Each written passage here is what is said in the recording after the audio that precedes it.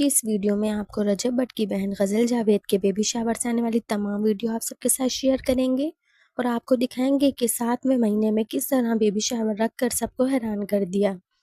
Fans रजब भट्ट के साथ गज़ल जावेद को भी काफ़ी ट्रोल कर रहे हैं कि दोनों को इस तरह से बेबी शावर रखकर अपनी न्यूज़ मदाहों को नहीं सुनानी चाहिए। इनके बेबी शावर से आने वाली तमाम वीडियोस देखने के लिए वीडियो को एंड तक लाजमी देखिएगा। वीडियो को लाइक करने के साथ चैनल को सब्सक्राइब भी कर लीजिएगा ताकि आने वाली हर नई वीडियो आप तक बआसानी पहुंच सके। जैसा कि आप सब जानते हैं कि पिछले काफ़ी दिनों से गज़ल जावेद की प्रेगनेंसी की खबरें सोशल मीडिया पर गर्दिश में थीं।